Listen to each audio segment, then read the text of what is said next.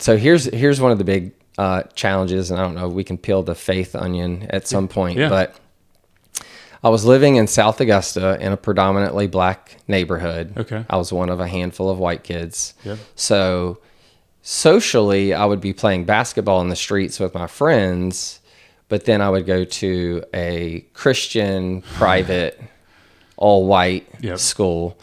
That school, while great academically, they had a very Southern Baptist approach to faith. Mm-hmm. And me and authority are like oil and water.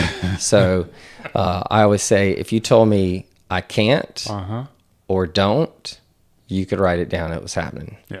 So having a father and a church/school that all thought they could beat me into submission led to a lot of tension. Let's just say that. Rebellion. Yeah. Right. Yeah. And then when you associate your worldly father with your heavenly father, that drives a wedge in between it too. So I circled back to faith later in life. Yep. But by the time I was in high school, we moved from, to the other side of the tracks. Then mostly because that's who I was playing soccer with. Club soccer was on that side of town. So ended up moving to and going to a public school. Yeah. And I wish...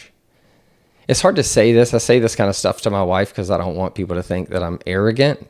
I probably was for most of my life. Following Jesus will humble you in a heartbeat. But I think what I lacked on the soccer field was a challenge. When I got to teenager and realized that I was better than most, there was nothing to reach for. Yeah.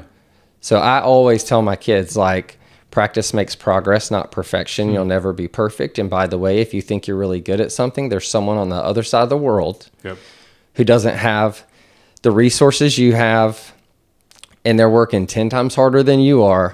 And their goal is to be better than you when they meet you on the field one day. And one of two things are going to happen. You're either going to rise to that occasion and you're going to work hard and you'll succeed or fail in that opportunity.